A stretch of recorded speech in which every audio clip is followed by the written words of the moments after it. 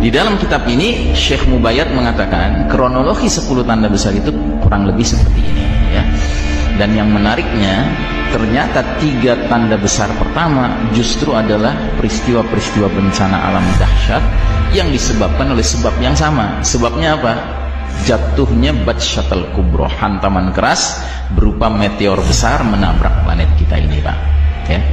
Makanya dalam surat Ad-Dukhan Allah mengisyaratkan fartaqib yauma ta'tis samaa'u bidukhanin mubin, tunggulah hari ketika langit membawa kabut yang nyata, mulai dari ayat ke-10 ya. Ayat 11-nya Allah berfirman ya gusyannas hadza 'adzabun alim, kabut yang nyata itu akan menyelimuti seluruh manusia. Dalam hadis dikatakan menyelimuti seluruh wilayah timur, seluruh wilayah barat ya, 40 hari 40 malam. Nah yang paling mengerikan Allah berfirman hadza 'adzabun alim, inilah azab yang pedih. Jadi Syekh Mubayyad dalam kitab Ensiklopedia Akhir Zaman melakukan ijtihad yang sangat berani, tapi menurut saya make sense kalau kita baca keseluruhan pemahaman beliau ya, di mana beliau beranggapan justru tanda besar pertama itu azab yang pedih ya. Makanya kalau kita ingin memahami azab yang pedih ini, kita harus baca hadis-hadisnya tentang dukhan. Dan ternyata setelah kita baca hadisnya, oh begitu maksudnya azab yang pedih. Bahwa asap ini nanti, dukhan ini, kabut ini nanti, dia punya kecerdasan membedakan siapa orang beriman, siapa orang kafir, orang munafik ya. Jadi kalau asap itu terpapar kepada orang beriman ya, maka orang beriman itu paling jauh mengalami zukmah, pilek, flu. Sementara kalau yang terpapar adalah orang kafir atau orang munafik, badannya akan membengkak sampai keluar cairan-cairan dari lubang telinga, lubang hidung, lubang duburnya ya. Makanya si tokoh kafir Dajjal yang harus mengalami dukhan sebelum dia keluar dari tempat dia diikat itu ya, Dajjal itu nanti ketika dia keluar ya, dia itu a'war, matanya cacat sebelah. Kenapa? Karena dia terpapar oleh kabut dukhan ini dan rupanya sebagian mukanya sampai meleleh ya. Makanya dia a'war nantinya, bermata sebelah ya. Sebuah definisi, sebuah deskripsi yang tidak diberikan oleh Tamim Ad-Dari, seorang pelaut Nasrani ribuan tahun yang lalu yang ketemu dengan Dajjal di sebuah pulau terpencil. Terus dia laporkan kepada Nabi, tapi nggak ada dalam laporannya menyatakan Dajjal itu bermata sebelah, tidak ada. Kenapa? Karena belum mengalami dukhan ya. Nah jadi saudaraku rahimakumullah, dukhan ini disebabkan apa? Disebabkan isyarat dalam ayat 16, yauma nabatshul batshatul kubra inna muntaqimun, ingatlah hari ketika kami menghantam mereka dengan hantaman yang keras, sesungguhnya kami adalah pemberi balasan. Jadi Syekh Mubayyad beranggapan bahwa dukhan ini disebabkan oleh sebab yang sama yang menyebabkan pembenaman di timur dan di barat ya. Jadi akibat dan dampak dari Batshatul Kubra ya, hantaman keras ini yang harus kita pahami. Yang pertama, dia menimbulkan dukhan, kabut asap selama 40 hari 40 malam ya. Dan ini hadisnya dikatakan kalau orang beriman mengalami flu saja ya. Sedangkan dalam riwayat Ibnu Umar, asap dukhan ini masuk ke telinga orang kafir dan munafik sehingga kepala mereka dirasakan seperti kepala hewan yang terpanggang ya. Terus juga yang kedua, dampak dari hantaman keras ini terjadi vast continental landslides, pembenaman bumi berskala benua ya. Jadi akan ada pecahan meteor yang jatuhnya ke tengah-tengah samudra, menimbulkan tsunami dahsyat yang ketinggiannya menurut para ilmuwan bisa mencapai dinding airnya, maksudnya dinding air tsunaminya 230-an meter Pak. Dia bergerak ke kanan berarti akan menghantam wilayah barat, Amerika Utara, Amerika Selatan. Dia bergerak ke kiri menghantam wilayah timur, yaitu Asia Timur. Sehingga pembenaman di barat dan di timur, dugaan kuat kita akan menyebabkan peta geografis bumi kita ini berubah sama sekali Pak. Karena wilayah di sebelah Asia Timur ini terbenam ya. Wilayah Amerika Utara dan Selatan ini terbenam ya. Tentunya tidak terbenam semua ya. Dataran tingginya, bukit-bukitnya, gunung-gunungnya yang melebihi 200-an meter itu dia masih terpelihara, tapi menjadi ya berubah ya, menjadi apa namanya pulau-pulau lah, katakan begitu ya. Makanya kalau kita sudah memahami hal ini ya, kita harus berpikir ya, kira-kira kita mau kemana nih kalau ini terjadi nanti gitu. Makanya nggak kurang-kurang kawan saya yang biasa bahas akhir zaman juga, Ustadz Zulkifli Muhammad Ali, bahkan sudah mulai merancang bikin kampung akhir zaman di perbukitan Payakumbuh ya. Dia sudah kumpulin kapling-kapling di situ, dia sudah tawar-tawarkan, tapi dia juga mensyaratkan harus orang beriman yang terpilih yang tinggal di situ ya kan. Nah silahkan ya, karena ini juga ada hadisnya. Nabi mengatakan sebaik-baik tempat di akhir zaman ketika banyak fitnah adalah pergi ke gunung bersama hewan ternak kalian, kata Nabi ya. ya kan. Nah, cuma saya ingatkan, kalau Anda memilih untuk menempuh jalan seperti itu, katakanlah kita sekarang di Jakarta ini, gunung terdekat Gunung Salak barangkali ya. Ya, terdekat kan Gunung Salak gitu. Anda mulai gitu cari-cari tanah gitu, Anda bangun kampung akhir zaman di situ, silahkan, ya kan. Itu mengikuti sunnah Nabi. Nabi mengarahkan seperti itu. Cuman saya peringatkan, kalau Anda nantinya selamat karena Anda tidak terhantam tsunami yang nggak bisa mencapai lebih dari 230 meter, ya kan, maka jangan kaget kalau Anda nanti tidak tinggal di Gunung Salak lagi, tapi Anda tinggal di Pulau Salak, ya. Karena sekelilingnya air lagi, gitu, ya kan. Nah, sementara apalagi yang terjadi? Yang terjadi berikutnya adalah significant depopulation, ya.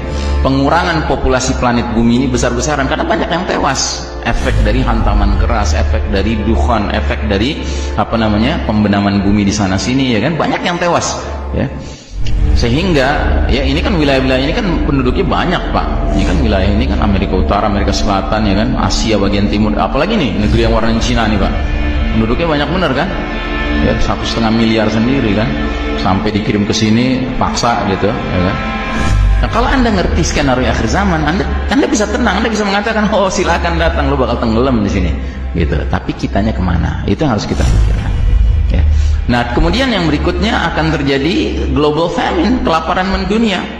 Ya, karena apa? Ya karena 40 hari 40 malam matahari bersinar tidak bisa menyentuh tanah karena terselimuti oleh kabut asap. Akibatnya tanaman, tumbuhan, pohon tidak menghasilkan.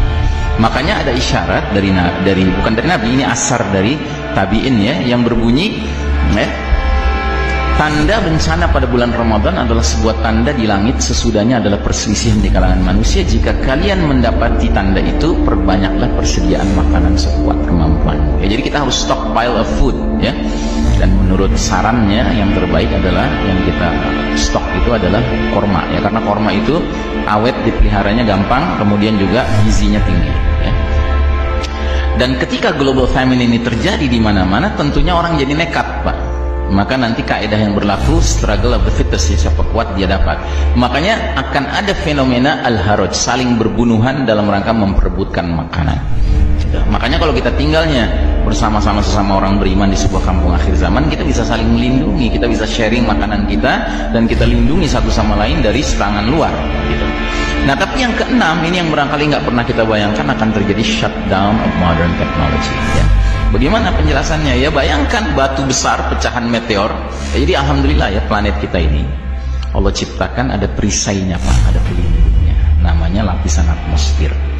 Jadi kalau ada meteor gigantic itu yang besar nabrak planet kita, dia pecah, tapi pecahannya tetap lolos. Nah, menurut ahli astronomi termasuk orang-orang NASA, kalau ada meteor yang besar menabrak planet kita, maka pecahannya bisa sampai berukuran garis tengahnya 2 km, Pak. Jadi batu berukuran garis tengah 2 km. Anda tahu 2 km itu 20 lapangan bola. Bagian panjangnya, bukan bagian pendeknya, ya. Itu gede, itu bergerak dengan kecepatan puluhan ribu kilometer per jam. Tentunya ketika dia bergesekan dengan udara, dia menimbulkan induksi besar-besaran. Nah, induksi besar-besaran itu ya yang diduga kuat akan menyebabkan fenomena EMP, electromagnetic pulse, ya.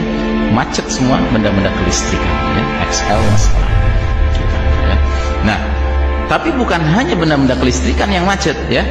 Tumbukan keras, batu dengan tanah, ya, menurut ahli fisika akan sampai merubah sifat zat-zat tertentu. Contohnya besi menjadi lengket, Pak. Karenanya instrumen-instrumen yang terbuat dari besi yang sedikit rumit tidak bisa dipakai lagi nantinya. Contohnya sepeda, rantainya besi, gearnya besi, nggak bisa dipakai. Bedil, pelatuknya besi, pelurunya besi, nggak bisa dipakai lagi. Makanya Nabi sampai mengatakan dalam sebuah hadis 3 kali diulang-ulang kalimat yang sama, wa uttum min haitsu bada'tum. Kalian akan kembali kepada kondisi seperti sedia kala, ya.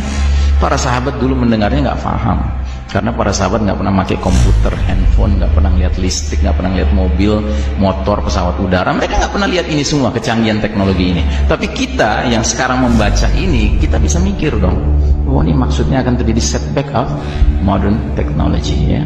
Jadi teknologi modern ini wassalam. Dan yang menariknya, Syekh Mubayyad dalam kitab Ensiklopedia Akhir Zaman menegaskan bahwa jika ini terjadi, ini bukan hal yang buruk bagi umat Islam, justru baik bagi umat Islam. Kenapa? Karena umat Islam pada saat itu bisa istirahat, Dari apa? Dari perlombaan mengejar ketertinggalan di bidang teknologi menghadapi barat kafir. Sebuah perlombaan yang akhirnya harus kita sadari nggak mungkin bisa kita menangkan. Kenapa? Karena barat kafir nggak akan rela kita menang, Pak. Boro-boro menang, setara aja nggak boleh. Makanya kalau ada putra-putra muslim yang cerdas-cerdas, brilian-brilian, belajar ke Amerika, ke Eropa, kalau perlu menjelang dia lulus dikasih warga negara setempat, nggak boleh pulang. Supaya apa? Supaya brain drain, jadi sedot otaknya, nggak boleh bermanfaat buat umat Islam. Kalau ada negeri muslim mau punya gagasan bikin pembangkit tenaga listrik nuklir, dihalang-halangi, padahal nggak maksud bikin senjata nuklir. Nah, jadi saudaraku rahimakumullah, shutdown modern teknologi ini it's good for the Muslims, ini bagus ya. Karena apa? Karena nanti kita dengan barat kafir tiba-tiba jadi setara lagi, Pak, jadi 0-0 situasinya, kayak baru mengisi pom bensin di pom bensin, ya kan, 0-0 gitu, ya kan. Dan kalau kita sudah setara sama mereka, Pak, barulah kaedah Betawi bisa kita pakai. Lo jual, gua borong, gitu ya. Dengan catatan kita juga harus siap-siap. Nah, bagaimana siap-siapnya? Jalankan hadis Nabi. Didik anak kalian berkuda, memanah, dan berenang. Ya, hadis ini justru lebih berlaku nanti, Pak, bukan sekarang. Sekarang jadi bahan ketawaan. Oh, Ustaz, kuno banget sih Ustaz belajar memanah beneran. Bukan belajar memanah, Ustaz, maksudnya belajar nembak, Ustaz. Nggak ada tuh hadisnya Al-Mahdi nanti pakai M16, pakai AK-47, nggak ada. Ustaz bukan benar-benar berkuda, Ustaz belajar bawa jet, Ustaz. Wah, nggak ada hadisnya tuh Isa alaihissalam turun naik pesawat, enggak, kan? Turun diantar malaikat. Nah, jadi saudara rahimakumullah, makanya sampai Abdullah bin Mas'ud mengisyaratkan kemunculan Al-Mahdi ditandai dengan perniagaan dan jalan-jalan sudah terputus, kan? Jadi kita sudah tidak berada dalam situasi yang seperti sekarang, ya. Nah, saudaraku rahimakumullah, dalam situasi seperti inilah yang kita harus istilahnya memadukan rasa gembira kita menyambut Ramadan dengan rasa khawatir kita kalau ternyata bulan Ramadan inilah bulan jatuhnya bintang meteor. Sebab isyarat tentang bintang meteor itu jatuhnya di bulan Ramadan.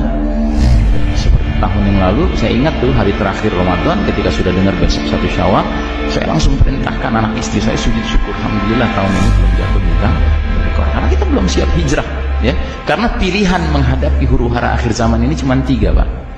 1, kita pergi ke gunung yang tadi sudah saya jelaskan. Cuman akibatnya apa? Akibatnya nanti Anda nggak tinggal di Gunung Salak lagi, tinggal di Pulau Salak. Teknologi udah nggak ada. Anda tinggal di pulau, Anda nggak bisa gabung sama Al-Mahdi. Gimana mau gabung? Udah nggak ada pesawat, udah nggak ada kapal yang bermesin canggih, nggak ada. Naik sampan bahaya. Ujung-ujungnya apa yang harus kita lakukan? Ya sudah, kita konsolidasi diri di situ, ngendon di situ, sambil siap-siap menghadapi fitnah yang paling besar, Dajjal bakal datang. Pilihan yang kedua, kita hijrah. Kemana? Ke negeri tempat Al-Mahdi bakal muncul, ya. Nah, kalau ini yang kita pilih, berarti ini juga sesuatu yang membutuhkan persiapan, membutuhkan kematangan, ya kan? Membutuhkan perencanaan, gitu. Dan membutuhkan keberanian dan tawakal tentunya. Nah, pilihan ketiga, ya kan? Kalau kita ternyata pergi ke gunung nggak sanggup, hijrah juga nggak sanggup, ya sudah, kita harus siap-siap menghadapi kematian. Ya, karena kan ini bencana-bencana besar, Pak. Nah, kalau kita harus memilih kematian, pastikan kita matinya bukan sebagai hamba-hamba Allah yang diazab oleh Allah Ta'ala. Karena ada hadisnya, Nabi bersabda, "Idza zaharal ma'asi fi ummati ammahumullahu bi'adzabin min 'indi." Bila mana kemaksiatan sudah merata di tengah umat ini, Allah akan mendatangkan azab yang berlaku umum. Yang mendengar hadis ini waktu itu langsung istri Nabi, namanya Ummu Salamah radhiyallahu anha. Dia langsung bertanya, "Ya Rasulullah, tidakkah ada orang-orang soleh di tengah-tengah mereka?" Kata Nabi, orang-orang soleh itu ikut kena juga. Ditanya lagi sama Ummu Salamah, "Lalu bagaimana nasib mereka?" Kata Nabi, "Adapun orang-orang soleh itu akan ikut meninggal dikarenakan bencana itu, ya kan? Sementara mereka akan diampuni dan diridhoi oleh Allah Subhanahu wa Ta'ala." Nah, kita hanya bisa mendapatkan predikat itu, ya kalau kita pergi gunung kagak, ya kan, hijrah juga kagak untuk ketemu sama Al-Mahdi, kita akan mati, ya kan? Kita hanya bisa dapat predikat itu kalau amal ibadah kita cukup dan benar. Amal soleh kita cukup dan benar.